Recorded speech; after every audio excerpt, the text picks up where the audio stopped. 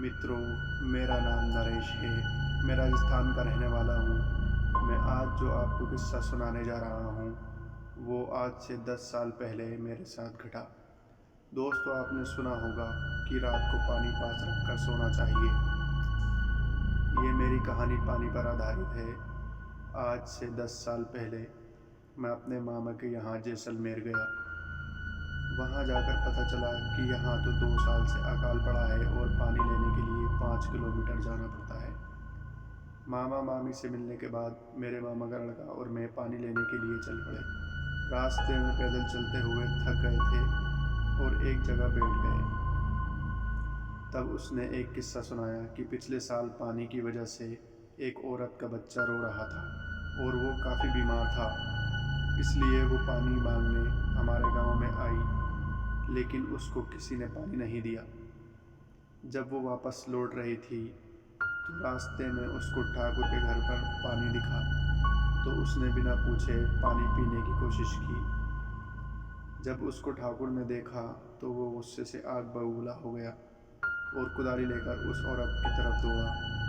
उस औरत ने भागने की कोशिश की, लेकिन वो गिर गई। ठाकुर ने बिना आव ताव देखे कुदाली से उस औरत की हत्या कर दी। उसके एक दिन के बाद उस बच्चे की बिना पानी के मौत हो गई। कुछ दिनों बाद खबर आई कि उसी कुदाली से ठाकुर को भी किसी ने मार दिया और धीरे धीरे उसके पूरे परिवार को किसी ने अनजानी ताकत ने मौत के घाट उतार दिया। ये किस्सा सुनने के बाद हम दोनों पानी लेकर वापस गांव की तरफ लौटने लगे। हल्का हल्का अंधेरा हो चुका था। अचानक हमारे सामने एक बच्चा आया और पानी मांगने लगा, लेकिन इतनी दूर से पानी लाने के कारण हमने उसे मना कर दिया। घर पहुंचकर मैंने खाना खाया, उधर पेड़ के नीचे पलंग पर सो गया। अचानक रात को वही बच्चा मेरे सामने आया और पानी मांगने लगा। मैंने ध्यान नहीं दिया और गुस्से से उसे कहा कि चले जाओ, और मेरे सामने वो औरत दिखाई दी। अचानक मैं उठ गया और देखा वहाँ कोई नहीं था। मैंने सोचा कोई सपना आया होगा। फिर रात के 2 बजे के आसपास मैं पेशाब करने के लिए खुले मैदान की तरफ गया और मुझे पानी शब्द सुनाई दिए। मैंने सोचा मामी होगी। फिर मैं वापस पलंग की तरफ लौटा ही था कि अचानक फिर पानी शब्द सुनाई दिया।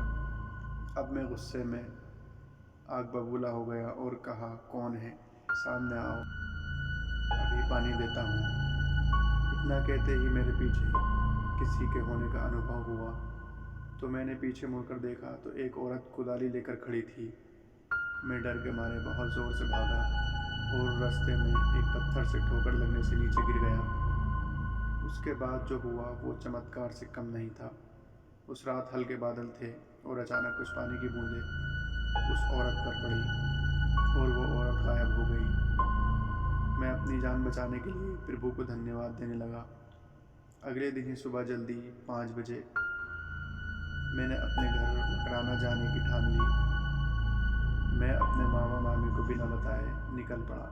स्टेशन पर पहुंचा और बैठे हुए मैंने देखा कि बच्चा रो रहा था। मैं घबरा गया, लेकिन वो औरत पास आई और पानी मांगने लगी। मेरे को पानी चाहिए था, लेकिन मैंने अपनी बोतल से उस औरत और बच्चे को पानी पिला दिया। उसके बाद रेल आ गई और मैं अपने घर पहुंच गया। उसके बाद से मैं हमेशा पानी अपने पास रख कर ही सोता हूँ।